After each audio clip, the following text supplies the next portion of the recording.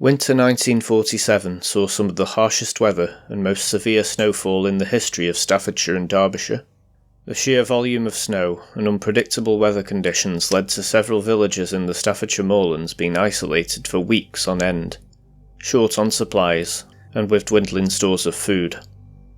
This prompted desperate measures to bring relief and aid to the stranded villagers of these remote areas by whatever means necessary. Supply by road was more or less impossible. The main option was to enlist the help of local Air Force personnel and mountain rescue crews to fly in aid from nearby RAF bases. This too presented a number of challenges. Weather conditions changed hour by hour, and visibility was generally poor throughout the period. Several sorties were flown in an attempt to resupply the cut-off villages, with varying levels of success. The most infamous of these attempts occurred on the 13th of February 1947. That fateful morning, a Handley Page Halifax Mark 9 bomber aircraft belonging to No. 47 Squadron took off from Fairford with one vital mission: to deliver food and supplies to the isolated villages of Butterton and Grindon, situated about 8 miles from the market town of Leek. The cut-off villagers had been instructed to mark a drop zone in the snow at a sufficiently clear location, using ashes from their coal fires to mark a black cross against the white backdrop. The drop zone was marked on the side of Grindon Hill, on the moor just outside of the village of Grindon, which was deemed to be sufficiently visible and accessible for the rescue mission. The aircraft had departed RAF Fairford at just after 9 a.m. On board was Squadron Leader Don McIntyre and his crew, supported by a press team who were along to document this critical humanitarian operation. The men were flying into unforgiving conditions, with cloud cover reportedly dropping as low as 100 feet above ground level, and visibility being reduced to less than a mile, owing to the persistent drizzle of snow. Despite the dire warnings and known risks, the crew pressed on. By 9:50 a.m. they'd reached the drop zone area, but the snow and low cloud made visibility virtually non-existent. After a failed first pass, they attempted a second, then finally a third, hoping to locate the village and make the drop. The third pass is when the tragedy struck. During this run, the Halifax clipped the brow of the hill on Grindon Moor with its wingtip. The aircraft then cartwheeled across the snow-covered ridge, crashing into the fields on the southwestern side of the moor. It broke apart and set ablaze almost instantly. There were no survivors amongst the crew.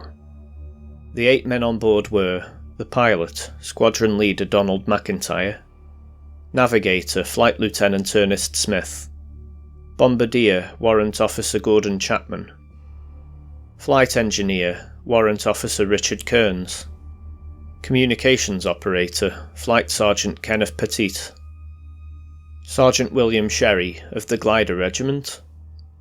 The 2 press photographers who were along for the ride were also killed. They were David Seville and Joseph Reardon. The crash went unreported until around 11 a.m. Local fire services were unable to get too close to the wreckage due to the deep snow. The RAF Mountain Rescue Team, stationed at Harper Hill some 10 miles north, had to set off on foot at 11:45, wearing their snow boots and dragging sledges through the treacherous conditions. They hiked for hours across the frozen terrain, at one point seconding a farm tractor to help them push further through the snowdrifts that reached some 16 feet deep in places. By late afternoon, just after 4 p.m, they finally reached the crash site. They found the wreckage still smouldering. In the meantime, local villagers, having braved the elements themselves, had already recovered the bodies from the debris.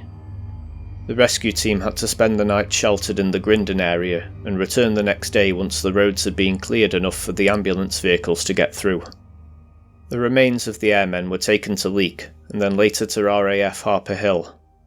2 of the crew, including pilot Don McIntyre, were laid to rest in Buxton Cemetery on the 21st of February. The others were returned to their families and buried in their hometowns across the country.